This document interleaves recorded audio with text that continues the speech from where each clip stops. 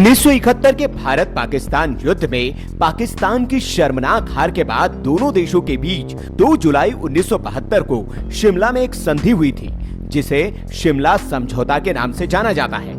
इसमें भारत की तरफ से इंदिरा गांधी और पाकिस्तान की ओर से जुल्फिकार अली भुट्टो शामिल थे।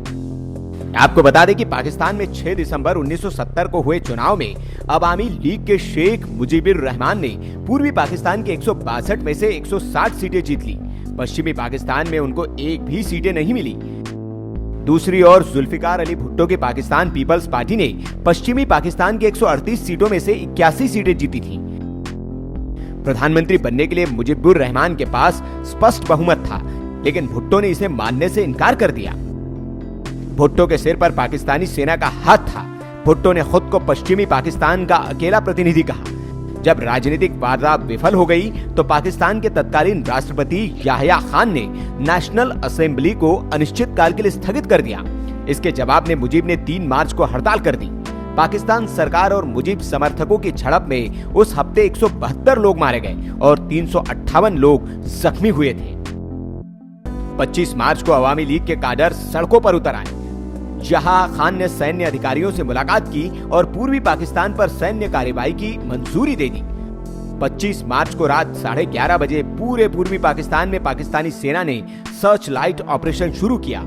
पाकिस्तान के हमीदुर रहमान आयोग की रिपोर्ट के मुताबिक कम से कम 26,000 लोग इस ऑपरेशन में मारे गए थे। पाकिस्तानी सेना ने बड़े पैमाने पर पूर्वी पाकिस्तान में हत्या, लूटपाट और रेप की वारदात को अंजाम दिया। करीब 1 करोड़ लोग पूर्वी पाकिस्तान से भागकर भारत आ गए। शुरू में तो भारत ने सीधे दखल देने का फैसला लिया, लेकिन पाकिस्तान की ओर से उकसावे के बाद भारत ने पाकिस्तान को सबक सिखाने की ठान ली। इसके लिए जमीन मुहैया कराई 3 दिसंबर 1971 की घटना ने, जब पाकिस्तानी वायुसेना ने भारत के पश्चिमी एयरफील्ड्स को निशाना बनाया। इसके बाद भारत ने 4 दिसंबर की सुबह औपचारिक रूप से युद्ध में हिस्सा लेने का ऐलान कर दिया। भारत ने पूर्वी पाकिस्तान पर जमीन, हवा और समंदर तीनों रास्ते से हमला किया। पाकिस्तानी सेना ज्यादा दिनों तक भारतीय सेना के आगे टिक नहीं पाई और 16 दिसंबर 1971 को उन्होंने आत्मसमर्पण कर दिया। इसके साथ ही बांग्लादेश के नाम से एक स्वतंत्र देश अस्तित्व में आया। ये युद्ध बहुत ही कम यानी सिर्फ 13 दिनों तक चला। आधुनिक इतिहास का ये सबसे कम अवधि वाला युद्ध है। इस युद्ध में पाकिस्तान को भारी नुकसान उठाना पड़ा। उसके 90,000 सैनिकों को भारत ने युद्ध बंदी बना लिया था।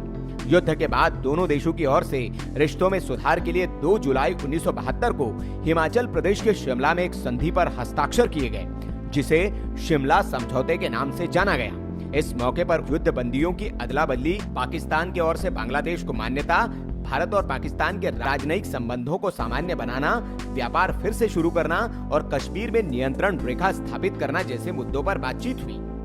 इस समझौते के तहत भारत ने पाकिस्तानी युद्धबंदियों को तो रिहा कर ही दिया, साथ ही साथ भारत ने पाकिस्तान की जिस जमीन पर कब्जा किया था उसे भी पाकिस्तान को वापस सौंप दिया।